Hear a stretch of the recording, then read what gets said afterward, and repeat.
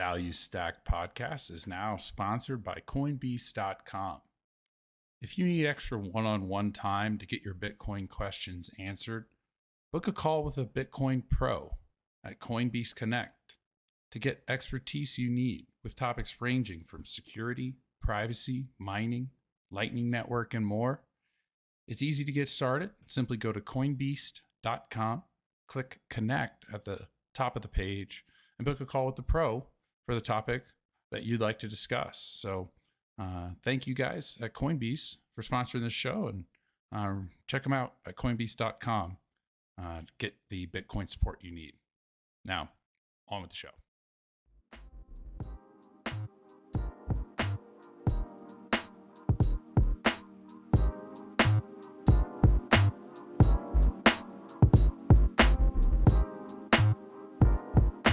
Welcome to episode 13 of the Value Stack podcast. I'm Bo, also go by Shaper Funds on Twitter, and I'm here with my esteemed co-host, BTC Bap. How you doing today, BTC Bap? Yo, happy Friday. Back. Glad you're healthy. It's been I survived COVID. Which one did you have? Was it Delta, Omicron? Do you know the variant? Specific type? I want to believe I had my own variant. I did the at-home test, so I know I was positive, and that's the extent of it. But I've had it twice now, and the second time it's just almost as bad as the first. Yeah. Well, good that you're back. Yeah. Fortunately, Bitcoin took some time off as well, at least in the going up part. Got some things to cover. We're going to talk about today. We'll talk about the updates in Cash App and supporting the Lightning Network, and largely, and their parent company, Block. And then I think, Bo, you were going to tell us about, is it Costa Rica and the Price-to-Hodl ratio? So if anyone follows the writings of Nick Carter, he talks a lot about how Bitcoin is actually accelerating the transition to green energy and renewable energy. And I think it kind of flies in the face of what normies understand, because if you read the mainstream media, it's all, how there'll be no oceans left if Bitcoin continues to grow. And so just a cool recent example was down in Costa Rica. There was a hydro plant that had been decommissioned, and they just got it back online when the owner realized that Bitcoin mining, a second revenue source, makes it profitable. And Costa Rica is just one example, but you're seeing this all over the place with a lot of green energy, whether it's hydro from rivers, or it's based on the sunlight and solar, or the wind and wind farms. The most common problem is the mismatch between supply and demand. You can't make the wind blow or the sun shine when you need the electricity. And the way electricity grids work is you consume the electricity as it's being created. And so, solar farms, wind farms, what they're finding is those times when the sun's beating down and there isn't a lot of demand for electricity, or the wind's blowing, but there's not a lot of demand for electricity, they can send less to the grid and mine Bitcoin with that excess energy. And it's leveling off grids and making the business models of renewable energy more viable. And so it's just, it's cool to see that happen. I think eventually people will wake up to this fact that Bitcoin mining requires the lowest cost electricity, and that often comes from otherwise wasted or stranded energy sources. And that happens to be renewable, or tends to be renewable. So, Right, right. Yeah. And I guess our first part of the episode will really be focused on like mining and what's been going on lately. I Hmm. think there's been a lot with Costa. So we talk about the demand and kind of like the stable leveling out of the demand with the sort of buyer of last resort, the Hmm. Bitcoin network for that energy. Right. So like I know in like southern Wyoming, it's very windy, but as you mentioned, people don't use power 24/7, or at least not to the same degree.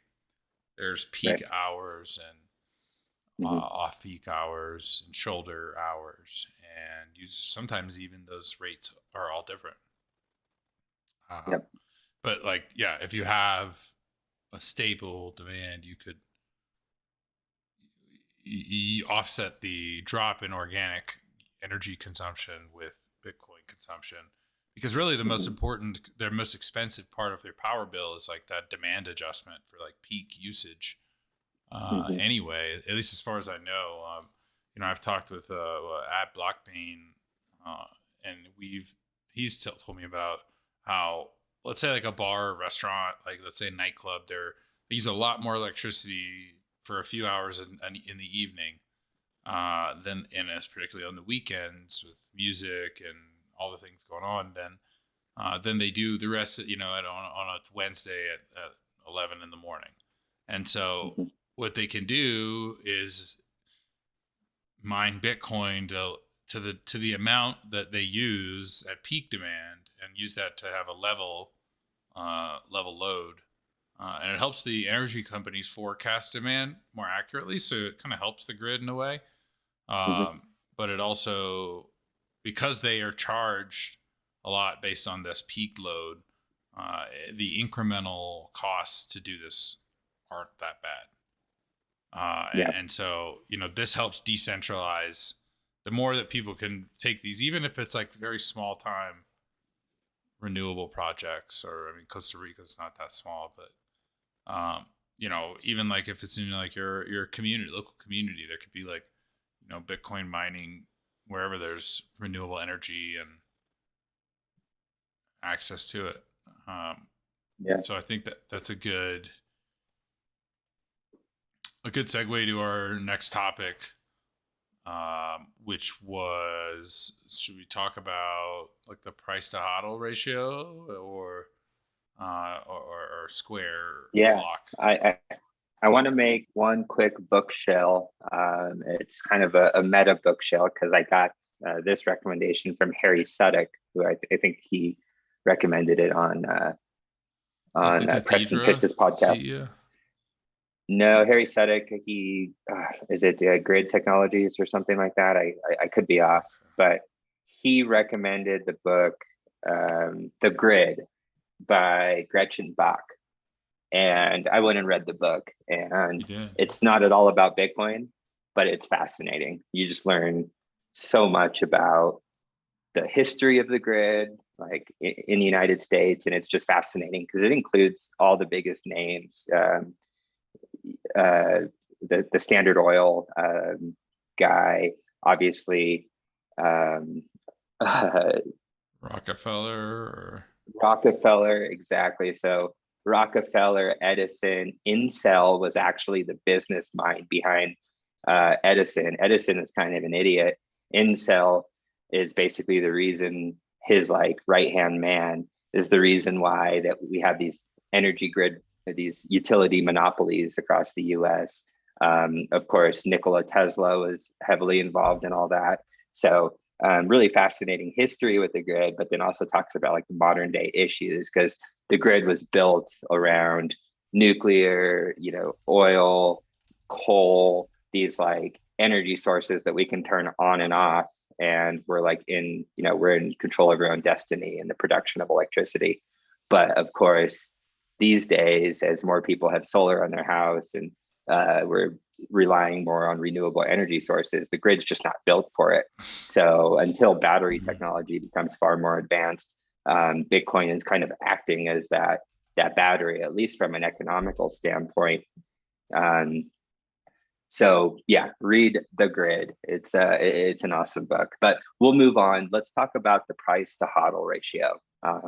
And Zach, you sent me this, and it was looking at the publicly traded Bitcoin miners, and at least a heuristic or a simple way to value them, because they are kind of hard to value given the nature of their business, mining Bitcoin, which is fluctuating in price in USD terms. And then some of them sell more Bitcoin than others. But the price to hodl ratio is looking at the market cap divided by the US dollar value of their Bitcoin holdings. And it gives you a ratio that you can at least get an idea of how these companies are valued differently. Mm-hmm. Right. It's like what are the shares worth relative to Bitcoin? Yeah. And the Bitcoin that they hold. Yeah, I mean, I think that the larger the company, the larger their ability to withstand these drawdowns, because they have more capital. That being said, they also might have more debt, which I think the price to hodl does not account for, right? Isn't that what we were looking at? Right. Yeah. Yeah. So This the isn't. idea is Yeah. that like Bitcoin's the only money that matters. So it doesn't matter like what their balance sheet is or their earnings are. And Bitcoin has to be marked to market, but even if they sell it or don't sell it, it doesn't matter. It has to be marked anyway. So it's really like the price to earnings, which is what you might use as a traditional valuation metric, or maybe even a price to sales. They don't have sales. They don't really, there's just, it's very hard to value Bitcoin companies, particularly mining companies, particularly those that issue new shares with dilution at the same time that they're mining Bitcoin. There's just so many moving levers. You might as well throw a dart on a board. And that's basically what you do when you invest in a Bitcoin mining company. Yeah. But I think it gives a degree of confidence. Like you can get a relative valuation. So, according to this article, it's saying that Hut 8 and Bitfarms are kind of more fairly valued, and Marathon and Riot are higher valued. But there's also an understanding why they're higher valued, in a similar way that the growth stocks are valued at higher multiples, because they have ability to capitalize on larger growth in the future. So these are sort of leverage bets in both directions. If the Bitcoin miners are doing really well and you have taken out a ton of debt to get a ton of miners, then you're going to leverage cap to the upside, right?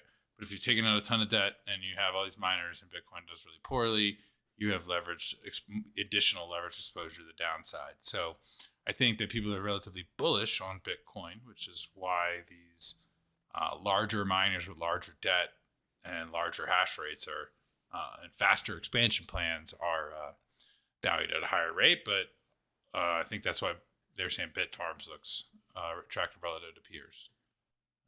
Yeah. Yeah. It's like, yeah, like you said, it's a bit like companies. You could pay a higher multiple and it's not a good decision, and you could pay a higher multiple because it's just higher quality and it's worth paying a higher multiple. So right, and that's why investing is not just black and white. It takes some nuance and expertise to figure those things out. Right. And speaking of mining, yeah, these big mining companies, right? The larger they get, the more centralized the hash rate gets, the more of that threat that is to the network potentially. So Jack Dorsey came out about Block, which is Square, for those of you that haven't seen the update.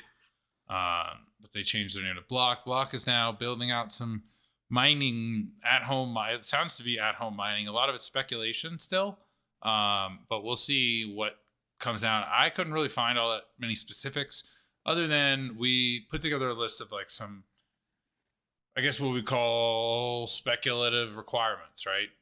It's got to be quiet compared to like your normal ASICs. It needs to be able to plug into your average power. I think that having to have 240-volt power is not going to cut it. But you mentioned a good point, and like, okay, sure. Well, if we give those two things, how How are do you they be going to be competitive? competitive? Yeah, exactly. So It's what do you know, maybe you want to elaborate on that a bit, and yeah, we'll yeah, dissect it. I can kind of see both sides of this. Like on one hand, there is we're talking about these publicly traded mining companies. They're really large. And then you have these centralized companies like oh, I forgot the name before the podcast. What's the name of um, the sponsor of Compass. Compass Mining? Yeah, so they're hosting a lot of hash rate on behalf of a lot of people, but that's centralizing the hash rate in one company in one area. So I can see the beauty in decentralizing it. People can run little at-home mining operations similar to how they run nodes. But the thing about Bitcoin mining is that it's not profitable unless you have pretty cheap electricity. And that's certainly not uniform. As you look across the United States, there's people in certain states, I imagine California as an example of a place that it's not economical. So Right. I see the beauty in what he's saying, but how practical is it? Unless Jack Dorsey thinks that Bitcoin's going to millions, in which Yeah, case the hash rate is going to climb because mining will be the most profitable thing on earth. yeah. Isn't the cost to tell me if I'm off base, but isn't the average cost to mine a Bitcoin right now like 29 grand? It really depends on what you pay for for the miner and what your electricity rate is. I mean, Bitfarms gets coins, as far as I know, like under 10K in cost of Really? production.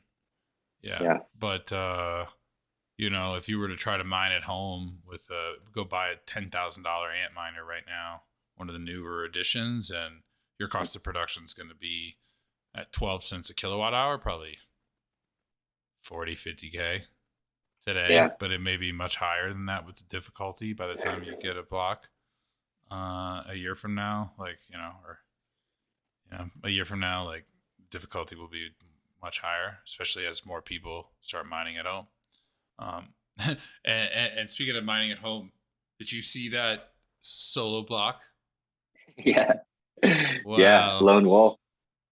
Talk about a talk I about a freak. imagine it.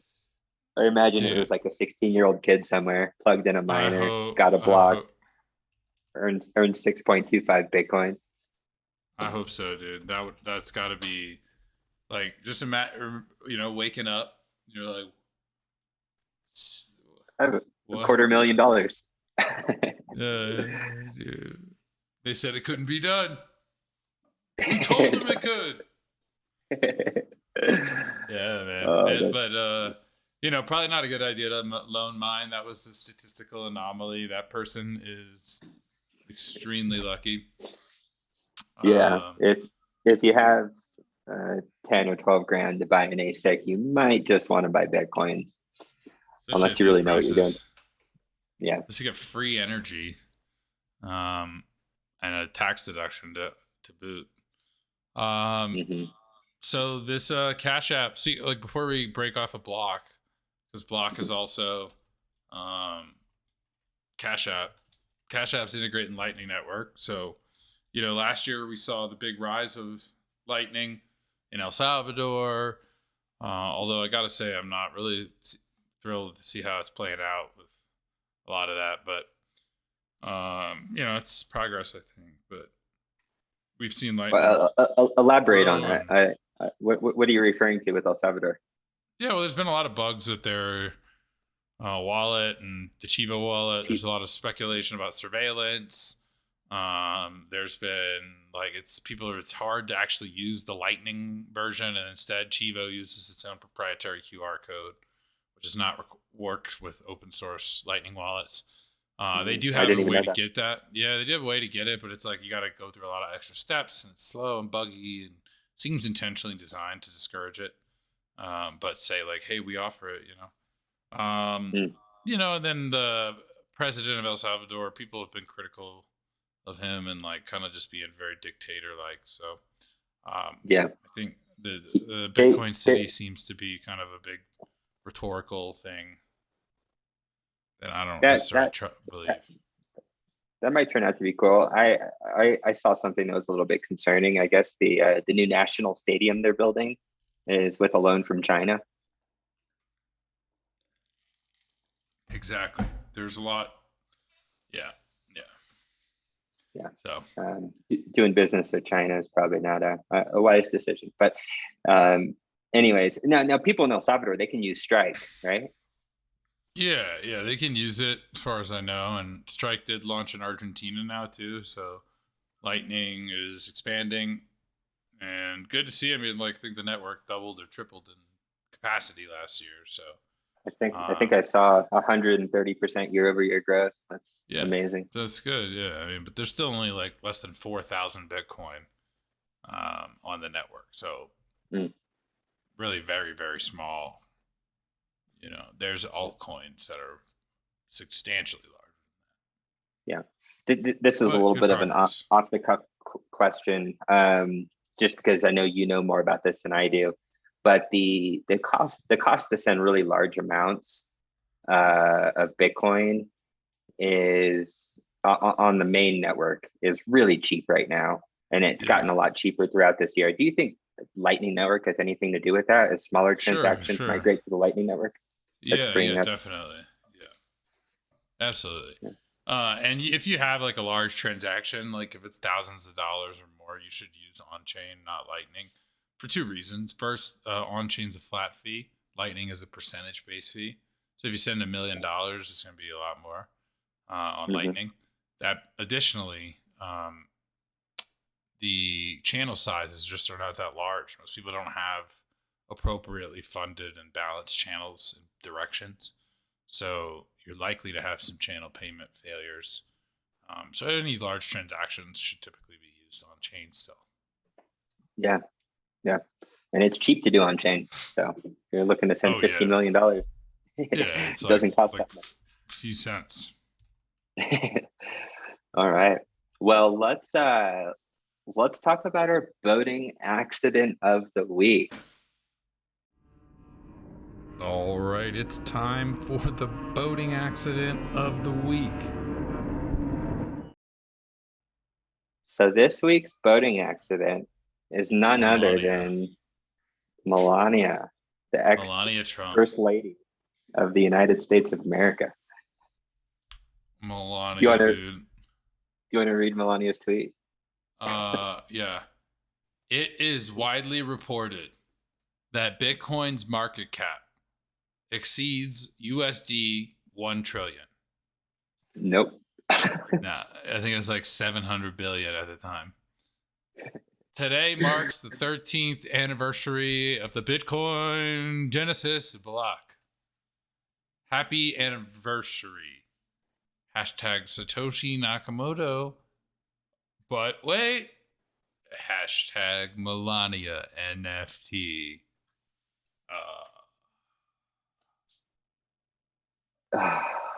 It's widely reported that Melania is not going to make it.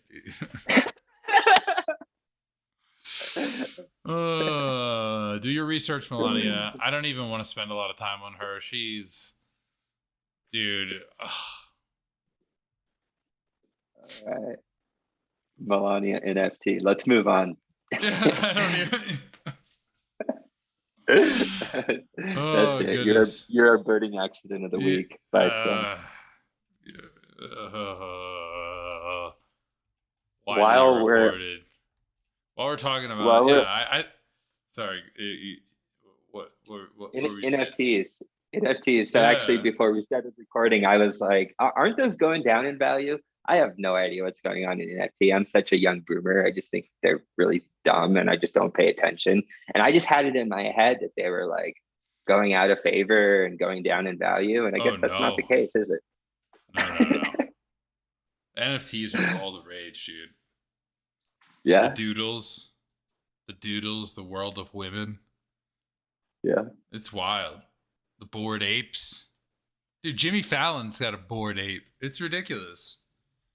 All of the celebrities, it's like a celebrity club to be in.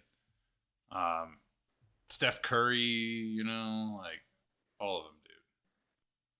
Bored apes, huh? Yeah, and so like I you know, for those of you, I mean, everybody knows what NFTs are, I imagine, but you can. It's just art that you have. Basically, you own a contract on the blockchain, and it's tied to a piece of art. But Digital that art. art, yeah, that art is like stored on Amazon Web Services usually. Though it could be stored on like interplanetary file services, which is kind of like a decentralized storage network.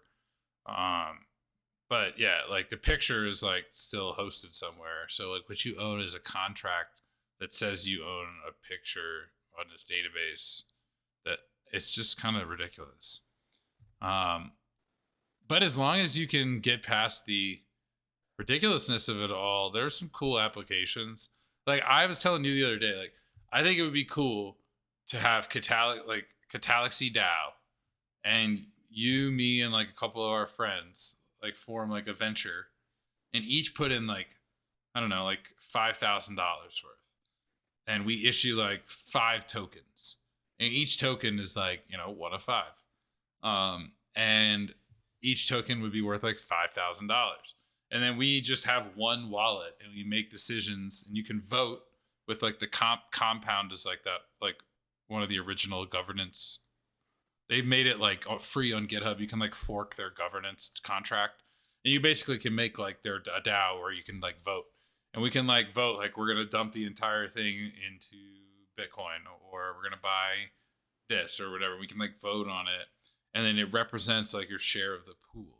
And then if you wanted to, it provides you exit liquidity because you could like sell that share of the pool to someone else. So let's say you had 1 token, you could sell like half a token, or multiply it times 100, right? Or whatever you want to do, and then you can like get exit liquidity if you want to like slowly scale out of the fund or whatever. And we don't need to take record of like who's got the money. We just need to, if you got a token, you got this much ownership relative to total supply. So like I've seen these DAOs buy artwork or NFTs. I wouldn't even call it art. And I've seen them buy like NFTs and stuff, and you saw the Constitution one.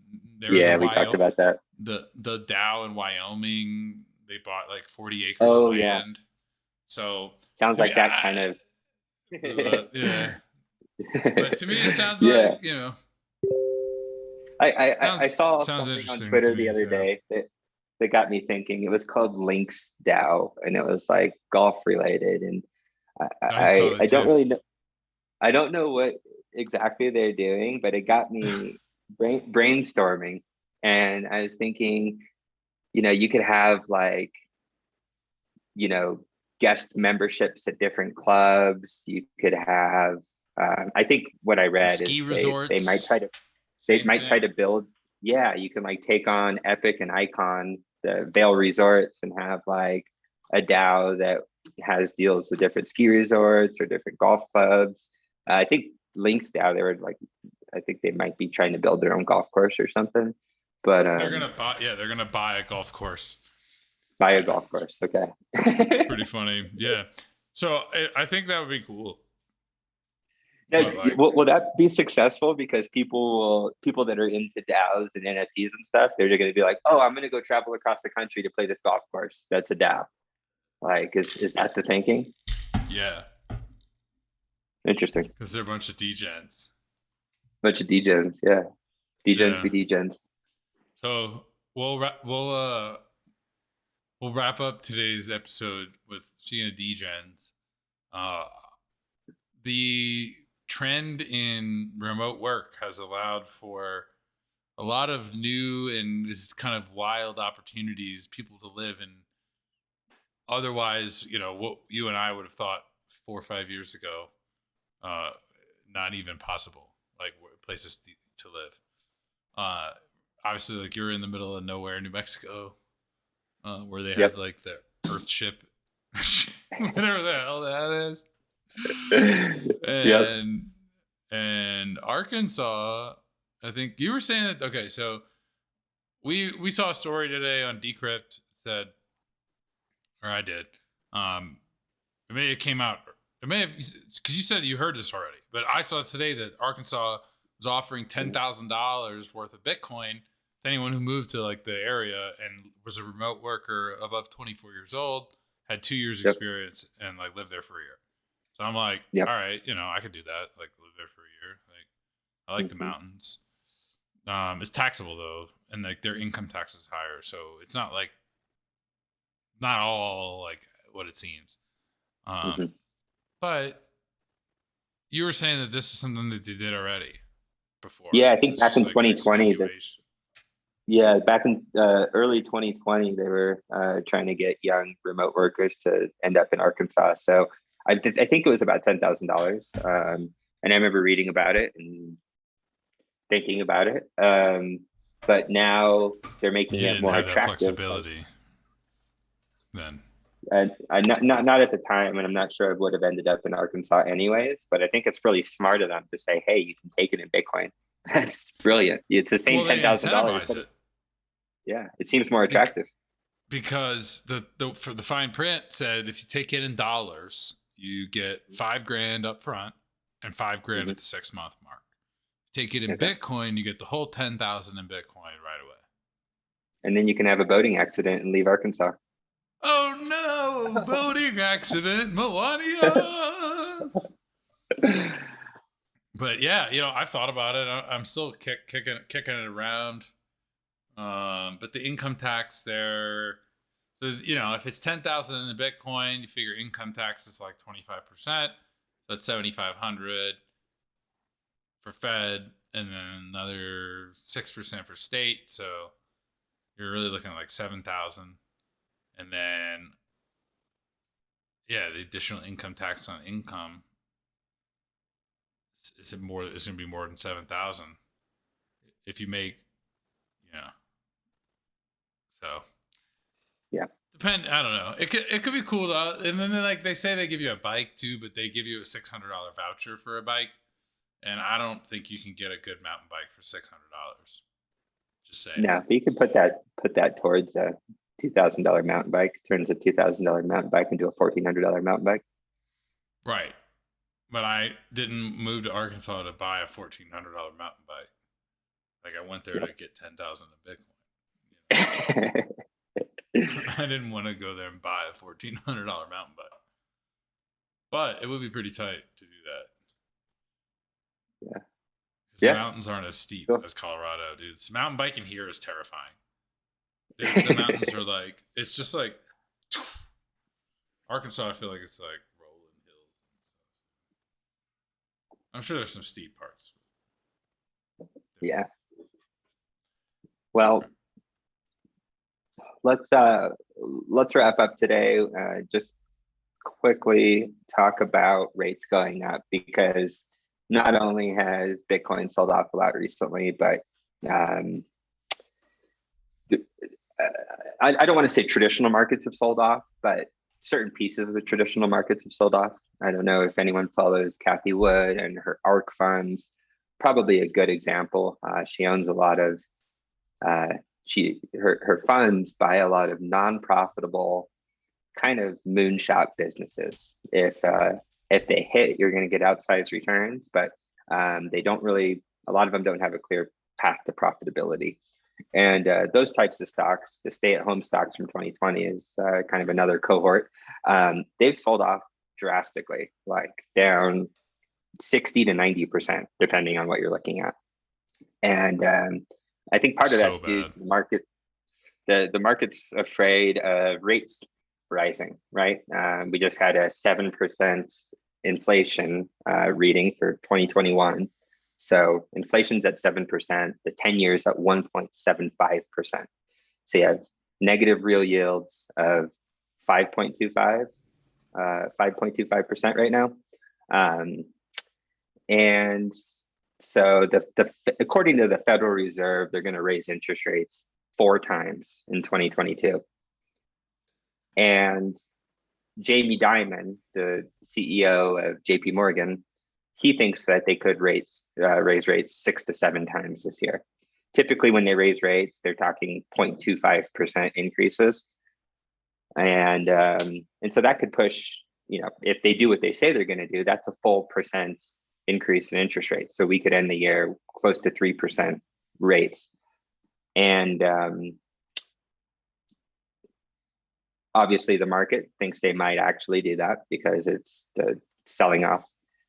But they did raise rates a couple of times back in 2018. And I know you remember, between August and Christmas Eve of 2018, the S&P 500 fell 20%. Oh, yep. I remember. And we were like, technically, we're down 19.8. So we didn't hit the bear market. It wasn't a bear market. It was, 19 and change. So the longest bull market in history continues. Yep. And the Fed chair then was Jerome Powell. The Fed chair now is Jerome Powell. And I happen to think the market would take a beating if they stuck to their guns and raised interest rates 4 times this year. So that tells me they probably won't. This is either wishful thinking or some form of virtue signaling on their part. But I don't think they can raise interest rates 4 times this year. Yeah. No, they won't. They won't. They'll crash it with 2. They'll crash it with 2. They may crash it with 1. Yeah. We were talking about this yesterday, like kind of prepping for this show today, how everything's being pulled forward. Like markets used to react when the rates would change. Now they react or a few years ago, they would react at like the specter of change. Now they react at the thought of the premise of the, like the idea that the thought, the idea, the planning of the discussion to think about raising rates is like what sends it down. So it's like, it's just becoming more and more reactionary and more volatile because it's more leverage, Yeah. Yep, absolutely. Yeah, everything's kind of speeding up. And also just one other thing I just thought of, consumer sentiment is lower now than it was in the depths of 2020, which just absolutely blows my mind. Now, of course, there's inflation now and there wasn't inflation then, but consumer sentiment has no business being the consumer has the best balance sheet. I mean, they've got the average consumer in the United States has a really good balance sheet right now. And in 2020, there was inflation. It was monetary inflation. Now it's trickled down to price inflation. Right. Well, whoever's responding to those consumer sentiment surveys that University of Michigan does and saying that now is worse than the depths of 2020, go for a hike, get some sun, turn off CNN, turn off Fox News, and that's my advice and for today. Turn on Value Stack Podcast. This has been episode 13. Thanks to our sponsors, Coinbase. Check them out at coinbase.com.